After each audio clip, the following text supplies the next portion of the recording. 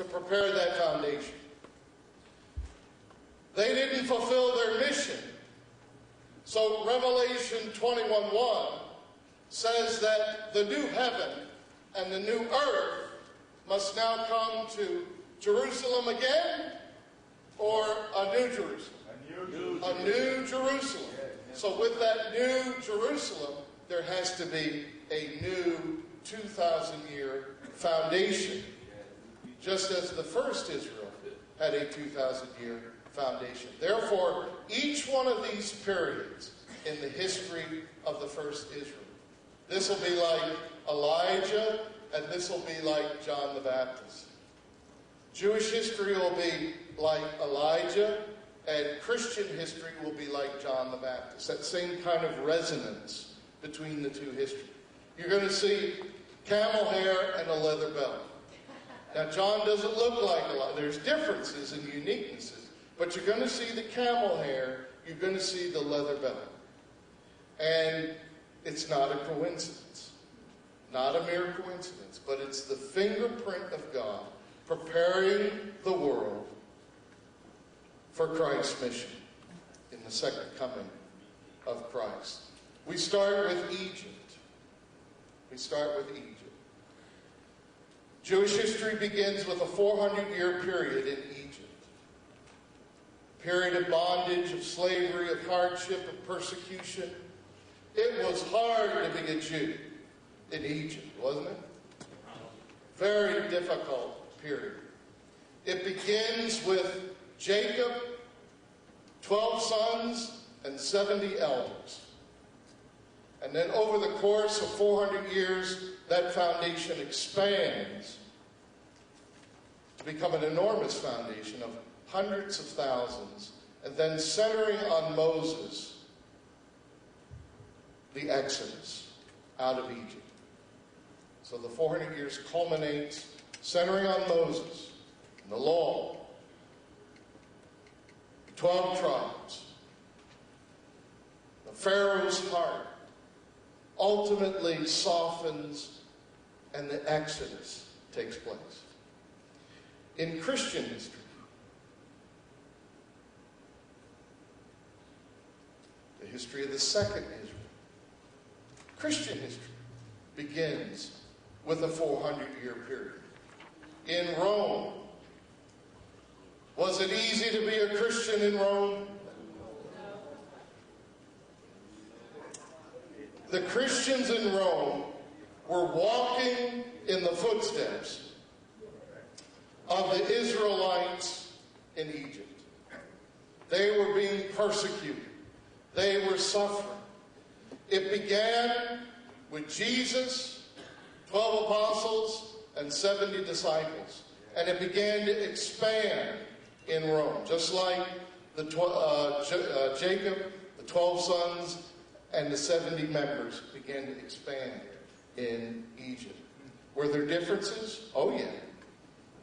But we can see the garment of hair and the leather belt.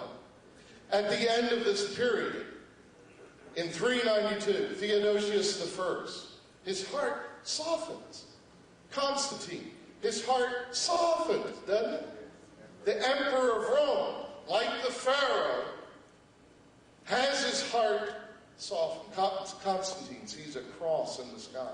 Theodosius converts to Christianity and proclaims Christianity, the state religion in Rome.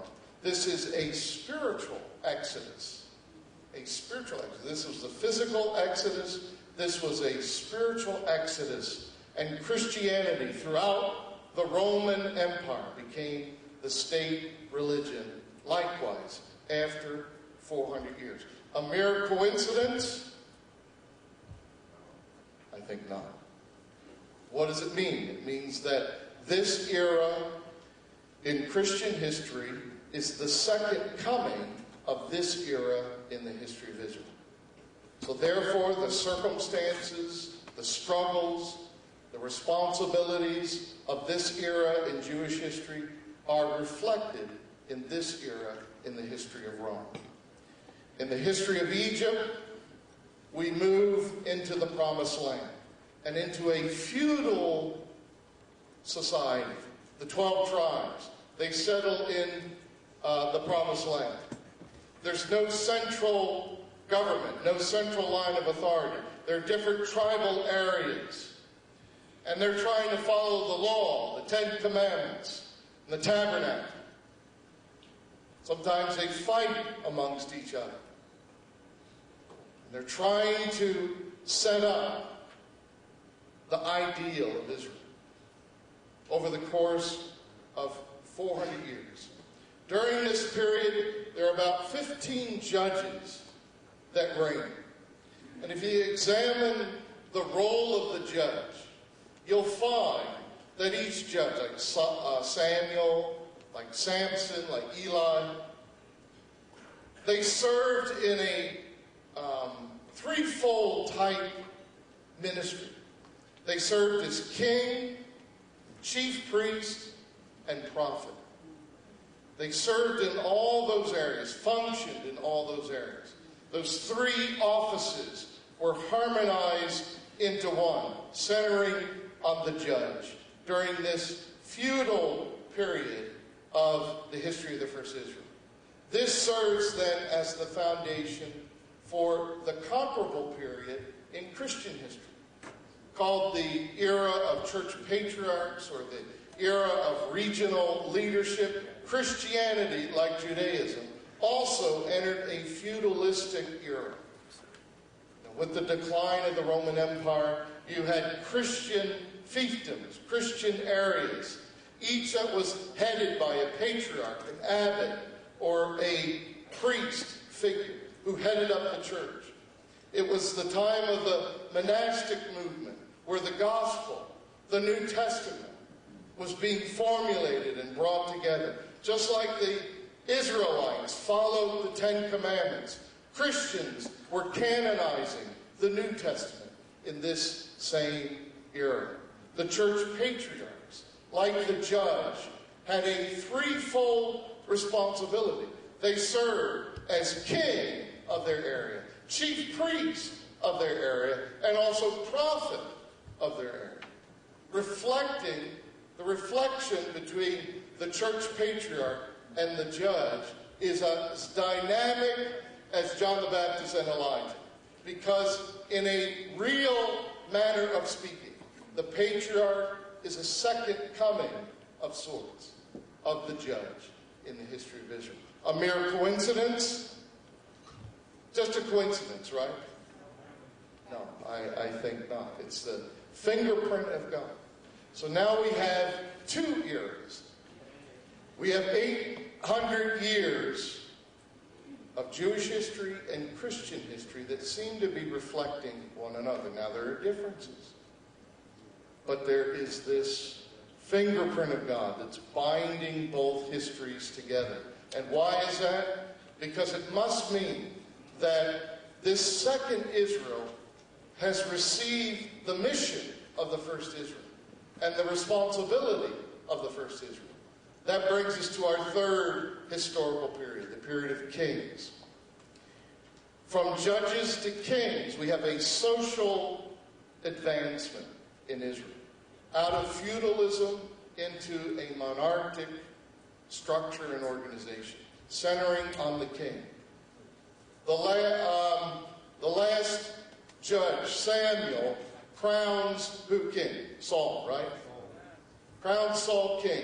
And this begins a 3-generation era of the United Kingdom in the history of Israel. Now, let's compare that to what happens in Christian history. The patriarch of Rome, Leah, crowns Charlemagne king. Whoa. That's interesting. To begin a 3-generation era in Christian history called the United Christian Kingdom. Beginning with Charlemagne, then his sons, and then his grandsons. 3 generations, 120 years.